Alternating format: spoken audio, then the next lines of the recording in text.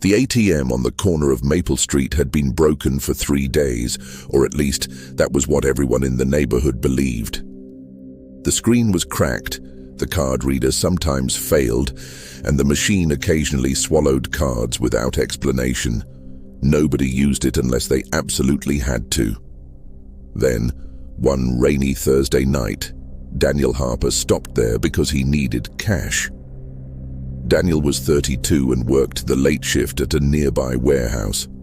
It was almost 2 a.m. when he walked across the empty parking lot, pulled his hood over his head, and inserted his debit card. The ATM hummed strangely before the screen went black. Daniel almost walked away, but then the machine restarted. Instead of asking for his PIN, the screen displayed, "Please wait." A few seconds later, another message appeared. "Account verified." Daniel entered his PIN anyway, selected $100, and waited as the machine made a grinding sound before slowly dispensing 5 $20 bills. Daniel counted the money under the fluorescent light and immediately noticed something strange. Every bill had writing on it. At first, he assumed someone had scribbled on the money as a prank, but the handwriting was small, neat, and strangely personal. The first bill said, "I should have listened to my daughter." The second said, "Tell Michael I was proud of him." The third said, "The lake was not an accident." The fourth said, "I never spent this money." The fifth simply said, "You are holding what I left behind." Daniel looked around the empty parking lot, expecting someone to be watching him, but there was nobody there. He put the bills into his wallet and hurried home. The next morning, curiosity got the better of him, so he searched the names and messages online. One name stood out immediately: Evelyn Carter. Daniel discovered that Evelyn had died 11 years earlier after falling from a dock at Lake Harrison, and her death had officially been ruled an accidental drowning. Daniel couldn't stop thinking about the third bill. The lake was not an accident. He searched for Evelyn's family and discovered that she had a son named Michael Carter. He also found an old photograph of Evelyn and recognized the handwriting on the back of it as the same handwriting that appeared on the money. That evening, Daniel returned to the ATM and inserted his card. The machine immediately activated without asking for his PIN. The screen displayed, "Return what was given." Daniel slowly removed the 5 bills from his wallet and placed them into the dispenser. The machine swallowed them, and a receipt appeared. There was no transaction amount. Instead, it said, 5 accounts remain. Daniel stepped away from the machine, terrified, and took the receipt home. The following morning, he contacted the bank and explained what had happened. The employee checked the transaction records and discovered something impossible. The ATM had recorded the withdrawal, but the transaction had been reversed automatically.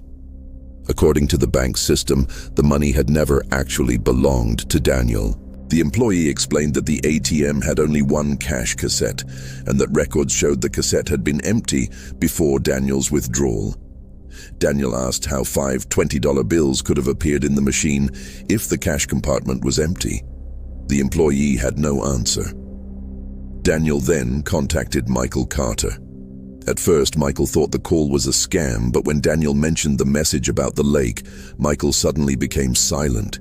He finally admitted that his mother had written messages on several bills before she died.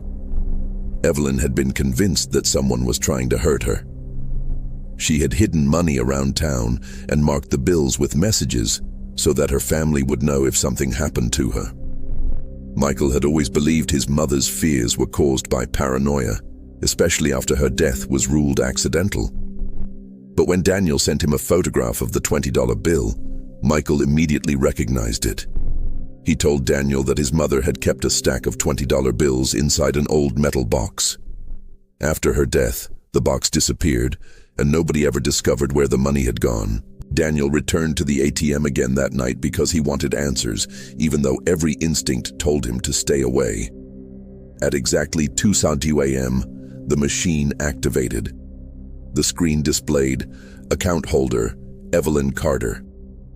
Daniel's hands began to shake. Then another name appeared beneath it. Daniel Harper. His own name. Before he could move, the ATM began dispensing money. One bill came out, then another and another. Every bill carried a handwritten message. The first said, "I know you found her money." The second said, "Michael is in danger." The third said, "Do not go to the lake." Daniel stared at the fourth bill. It contained only one sentence. "The person who took it is still alive." He immediately called Michael, but there was no answer. He called again and again, but Michael's phone went straight to voicemail. Then Daniel's own phone buzzed. A message from an unknown number appeared. "Stop using the ATM." Daniel looked back at the machine. The screen had changed. Instead of showing the normal banking options, it displayed tomorrow's date and the time, 2:17 a.m. Underneath it were 4 words: "Your account will be empty." Daniel barely slept that night. The next morning, Michael finally called him. His voice was shaking as he explained that someone had broken into his house while he was asleep. Nothing valuable had been taken. The only thing missing was an old photograph of Evelyn standing beside Lake Harrison. Daniel immediately contacted the police and told them everything. Investigators initially doubted the story, but when Daniel showed them the bills, the case began to change. They reopened Evelyn's death and discovered several inconsistencies in the original investigation.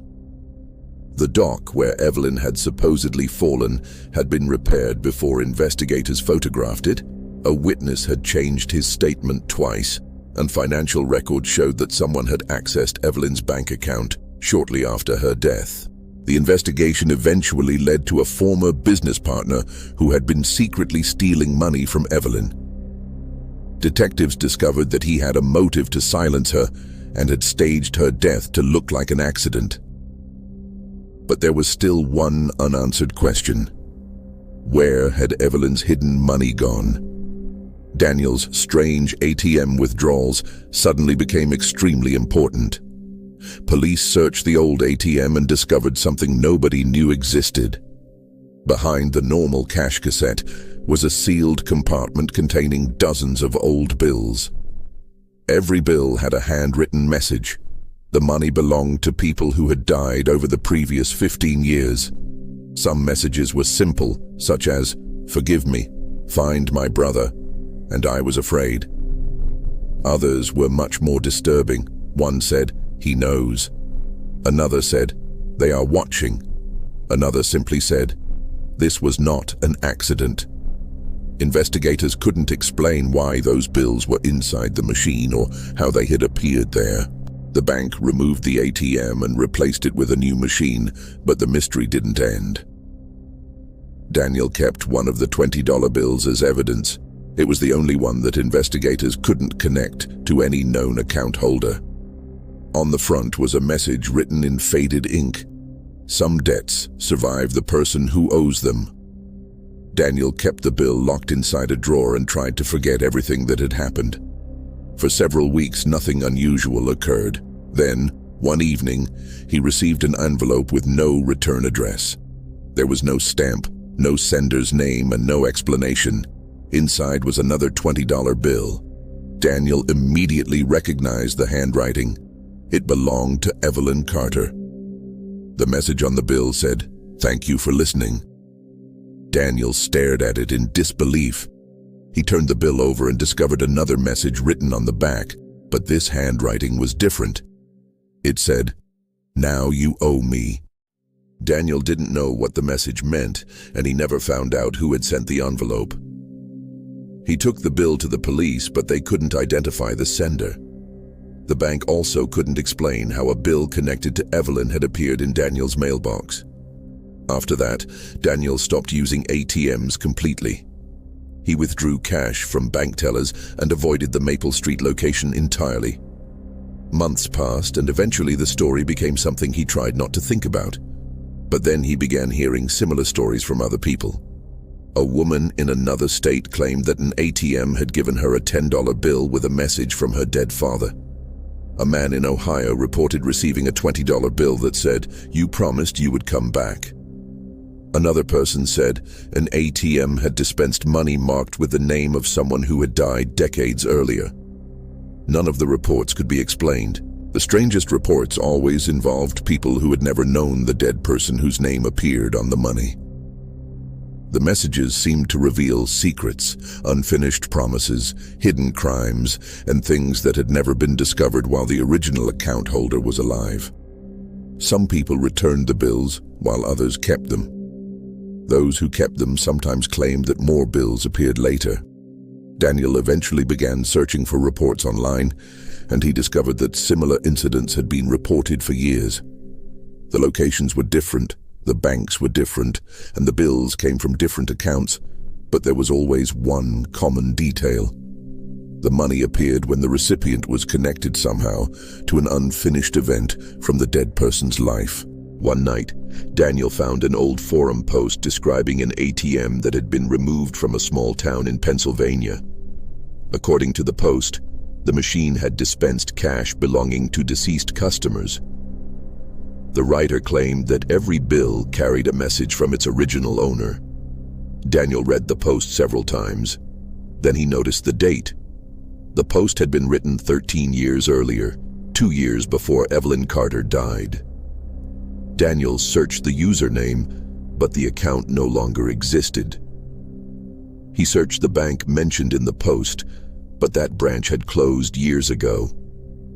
He began to wonder whether the ATM on Maple Street had not been malfunctioning at all. Maybe the machines were connected somehow. Maybe the money wasn't randomly appearing. Maybe it was being passed from one machine to another, carrying messages from people who could no longer speak. Daniel returned to Maple Street one final time during daylight. The old ATM had been removed, leaving only an empty concrete space beside the wall. He stood there for several minutes, remembering the first night. Then he noticed something wedged beneath the concrete base. It was a small metal box covered in dirt. Daniel called the police, and detectives opened it carefully. Inside were dozens of $20 bills, several old photographs, and a handwritten letter from Evelyn Carter. The letter explained that she had discovered someone stealing from her accounts and had hidden evidence inside different ATMs around the city because she didn't know whom she could trust. She had marked the bills with messages so that whoever eventually found them would understand what had happened. She had planned to retrieve them herself, but she died before she could. The police arrested Evelyn's former business partner after uncovering enough evidence to connect him to her death and the financial theft. The mystery seemed finally solved, but one question remained. Evelyn's letter explained the hidden money, yet it did not explain how Daniel had received bills from deceased people who had no connection to Evelyn. Investigators checked the other bills and discovered that many belonged to victims of unrelated crimes. There was no obvious connection between them. The bank eventually blamed an undocumented storage compartment and accounting errors, but nobody could explain the handwritten messages. Daniel didn't believe the official explanation. He had seen the ATM display his own name before he had ever told anyone about Evelyn's money. Years later, Daniel still keeps the first $20 bill in a locked box. The ink has faded, but the message is still readable. "You are holding what I left behind." Every once in a while, he checks the bill to make sure it hasn't changed. It never has.